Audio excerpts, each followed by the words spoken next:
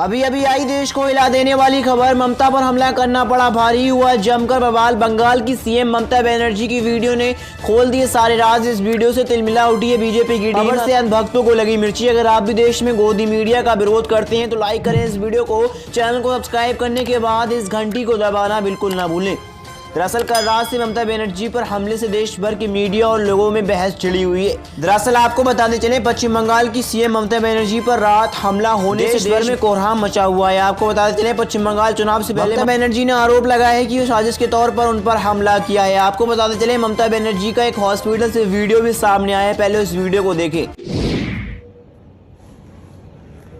আমি সবাইকে বিশেষ করে আমার যারা কর্মী ভাই বোনেরা আছেন এবং সাধারণ মানুষ আছেন, এটা ঠিক যে কালকে খুব জোর আমার লেগেছিল এবং আমার হাত পায়ে চোট আছে, বোন ইনজুরি আছে, লিগামেন্টে আছে, আর কালকে আমার মাথা এবং চেস্টে খুব পেনও হয়েছে।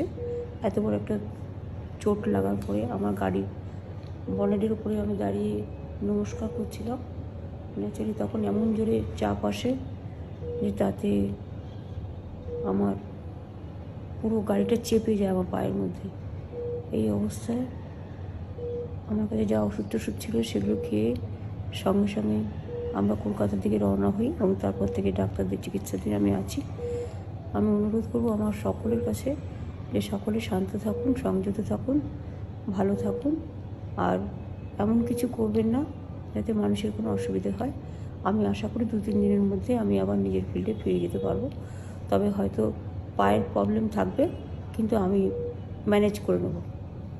আমার মিটিং আমি কিছুই নষ্ট করব না, বাট হয়তো আমাকে কিছুদিন হুইল চেয়ারে করতে হবে, সেটা আপনাদের সহযোগিতা চাইব। तो दोस्तों आपने वीडियो में साफ साफ देखा कि कैसे ममता बनर्जी बंगाली लैंग्वेज पे अपनी बातें कहती नजर आती हैं। दोस्तों इसी को लेकर एक खबर सामने आई है। ममता बनर्जी की चोट पर टीएमसी नेता बोले, यह किसी और प्रदेश में होता तो हो जाता एक और गोधरा कांड। आपको बताते चले, ममता बनर्जी को लगी चोट में टीएमसी नेता मदन मित्रा ने विवादित बयान दिया है। उन्होंने कहा है कि अगर ये घटना किसी और प्रदेश में या गुजरात में होती तो अभी तक एक और गोधरा कांड हो जाता। आपको बता दें, पश्चिम बंगाल के नंदीग्राम नमाकांड के बाद कथित हमले में चोटिल मुख्यमंत्री ममता बनर्जी की हालात अब सामान्य बताई जा रही है। वहीं प्रदेश में इस हमले को लेकर सियासी संग्राम तेज हो गया है। टीएमसी के नेता मदन मित्रा ने घटना को लेकर विवादित बयान देकर माहौल और गरमा दिया है। मित्रा ने गुरुवार को आरोप लगाया है कि यह हत्या की साजिश थी जिसे परिचित लोगों ने अंजाम दिया है। उन्होंने कहा है कि अगर ये घटना गुजरात में होती तो एक और गोधरा कांड हो जाता। इससे पहले ममता बनर्जी ने भी अपने ऊपर हुए हमले को साजिश बताया था। उन्होंने कहा था कि 4-5 लोग थे जिन्होंने उन्हें चोट पहुंचाने की कोशिश की थी। बढ़ते हैं अगली खबर में। 2024 तक जारी रहेगा किसान आंदोलन, मोदी सरकार को उखाड़ने का तक डटे रहेंगे राकेश टिकैत।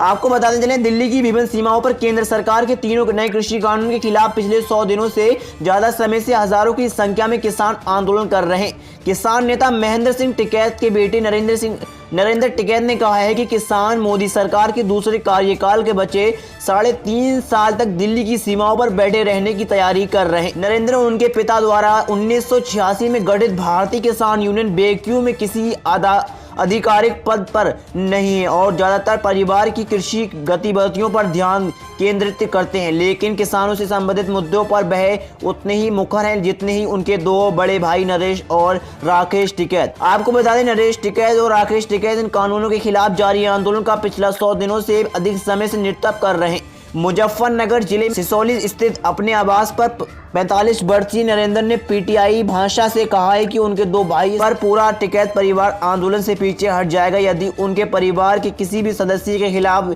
यह बात साबित कर दी जाए कि उन्होंने कुछ भी गलत किया है। उन्होंने कुछ वर्गों को उन आरोपों को खारिज कर दिया है जिनमें कहा गया है कि उन्होंने आंदोलन से संपत्ति और धन अर्जित किया है। दोस्तों आपको बताते चलें, लगातार राकेश टिकैत के परिवार से लगातार किसान आंदोलन को सपोर्ट किया जा रहा है, जहां पर भारतीय जनता पार्टी को तगड़े झटके लग रहे हैं, जहां पर किसान नेताओं के समर्थन में बड़ी बड़ी हस्तियां उतरती नजर आ रही हैं। दोस्तों आपको इस खबर के बारे में क्या राय है, हमें कमेंट कर जरूर बताएं। बढ़ते हैं तीसरी बड़ी खबर में। बिना चढ़ाई के नहीं मानेगी दिल्ली, लड़ाई से ही जीते गए किले, हाथ जोड़ने से नहीं मानते लुटेरे, बोले राकेश टिकैत। आपको बता दें, भारतीय किसान यूनियन के नेता राकेश टिकैत ने कहा है कि किसानों की मांग को दिल्ली ऐसे नहीं मानेगी, इसके लिए लड़ाई लड़नी पड़ेगी। साथ ही उन्होंने कहा है कि लड़ाई से ही जीते जाते हैं किले, अगर हम हाथ जोड़ते रहेंगे तो लुटेरे नहीं मानने वाले।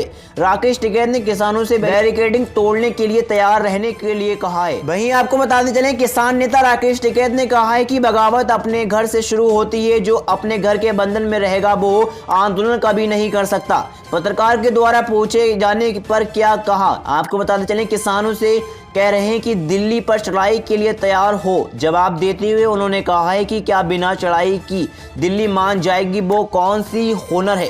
बता दें कि मुझे दिल्ली मान जाए, किले और राजधानी तो लड़ाई से ही जीते गए। लुटेरे के सामने अगर हाथ जोड़कर बैठ जाओगे तो क्या लुटेरे भाग जाएंगे। आपको बताते चलें, राकेश टिकैत ने कहा, जब कारगिल युद्ध होते थे तब तोप के गोले से ही भागते थे।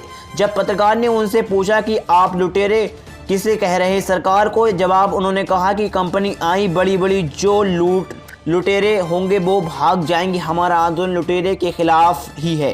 दोस्तों, आपको बताते चलें, 26 जनवरी की घटना पर बोलते हुए उन्होंने कहा है कि देश के लोगों को गलत दिखाया गया। किसी एक आदमी ने 13 घंटे पहले ही कह दिया था कि मैं लाल किले पर जाऊंगा और वो लाल किला तक पहुंच गया, कौन लेकर उसे आया।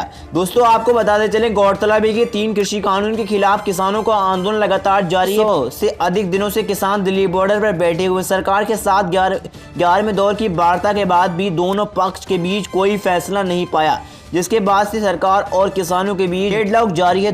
दोनों ही पक्षों के बीच अंतिम बार वार्ता 22 जनवरी को हुई थी। दोस्तों, आपको इस खबर के बारे में क्या राय है, हमें कमेंट कर जरूर बताएं।